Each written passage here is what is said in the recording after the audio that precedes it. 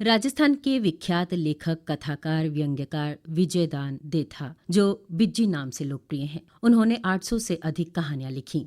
राजस्थान की लोक कथाओं का संचय किया, अपने शब्दों में उन कथाओं को कागज पर उकेरा। 1973 में निर्माता मणि कौल ने इनकी लिखी कहानी पर दुविधा नाम से फिल्म बनाई और बाद में 2005 में शाहरुख खान ने इसी कहानी पर पहेली नाम से फिल्म बनाकर रुपहले पर्दे पर उतारी। चरणदास चोरबी मूलतः बिज्जी की ही कहानी है। हबीब तनवीर ने इसे नाट्य रूपांतरित किया। इस कहानी पर श्याम बेनेगल ने साल 1975 में फिल्म बनाई। फिर प्रकाश झा ने 1986 में उनकी लिखी कहानी पर परिणति नाम से फिल्म का निर्माण किया। पद्मश्री से सम्मानित विजयदान देथा को वर्ष 2011 में साहित्य के क्षेत्र में उनके योगदान के लिए भी नामित किया गया था। इनकी रचना बातारी फुलवारी 14 खंडों में है। आज उनके जन्मदिन पर उनके बारे में बात करने के लिए हमारे साथ हैं उनके सुपुत्र कैलाश जी कबीर। कैलाश जी, आपका स्वागत है। जी। कैलाश जी, राजस्थानी भाषा का भारतेंदु भी कहा जाता है बिज्जी को, जिन्होंने जो लिखा सिर्फ अपनी मातृभाषा में लिखा,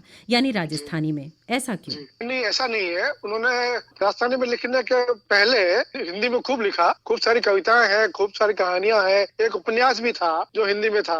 अखबारों में बहुत सारे कॉलम थे। लेकिन बाद में उनके एक गुरु जुगल किशोर जी काबरा पिताजी ने अचानक तय किया कि मैं राजस्थानी में लिखूंगा। तो राजस्थानी में लिखने का जब तय किया तो फिर काबा साहब ने कहा कि भाई राजस्थानी में लिखना है तो जोधपुर छोड़ दो और गांव चले जाओ। वहां जाके लोक कथाओं का और लोक कहावतों का और लोक गीतों का संग्रह करो। तो वही तरीका है कि तुम राजस्थानी पे अपनी पकड़ बना सकते हो, उसमें पारंगत हो सकते हो। और कोई तरीका नहीं है कि तुम्हारी सारी शिक्षा हिंदी और अंग्रेजी की है। राजस्थानी तुमने न कभी लिखा न कभी पढ़ा। इसलिए अगर इसमें लिखने का तय किया है तो पहले राजस्थानी में अपने महारत हासिल करो। इसलिए पिताजी ने लोक कथाओं में लिखना शुरू किया। लोक तत्व उनकी कहानियों में इसलिए ज्यादा पाया जाता है और हमारी परंपरागत किस्सा गोई की शैली भी प्रमुखता से नजर आती है। क्या ये माने कि उनके लेखन में शास्त्रीयता कम रही? ये कहना सही नहीं है, क्योंकि उन्होंने लोक कथा में का लिखना शुरुआत की तो लोक तत्व तो उसमें होगा ही। लेकिन उन्होंने शुरुआत में तो उनसे सिर्फ संग्रह किया,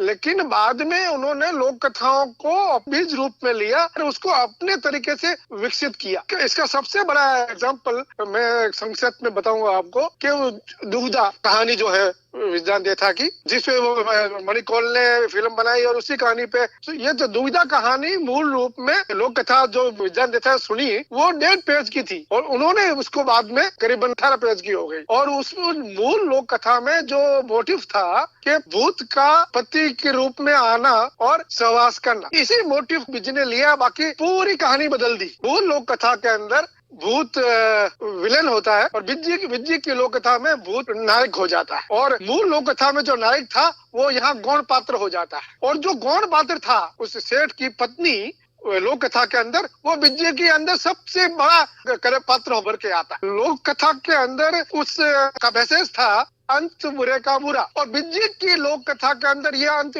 बिल्कुल नहीं है, ये मैसेज बिल्कुल नहीं है। बिज्जी ने भूत का पति का रूप धर के आना, इस मोटिव का प्रयोग हमारे समाज के अंदर स्त्री और पुरुष के संबंधों को ठीक से समझाने के लिए, उसका विश्लेषण करने के लिए किया। ये विजयदान देथा की मौलिकता, लोक कथा के बीज को अपने हिसाब से विकसित किया। उनके व्यक्तित्व के बारे में कुछ संक्षेप में बताएं। वो एक तो बहुत मेहनत करते थे, अपने लेखन पे बहुत मेहनत करते थे, भाषा पे बहुत मेहनत करते थे। और सबसे बड़ा ये है कि भारतेंदु हरिश्चंद्र जो राजस्थानी के उनको कहा जाता है, वो इसलिए कहा जाता है कि राजस्थानी के में विजयदान देथा का पहले गद्य था ही नहीं, पद्य तो था। तो भारतेंदु हरिश्चंद्र से हिंदी की शुरुआत मानी जाती है, उसी तरह राजस्थानी साहित्य की शुरुआत विजयदान देथा से मानी जाती है, खासकर गद्य। तो इसके लिए उन्होंने बहुत मेहनत की, बहुत शब्द इकट्ठे करते थे।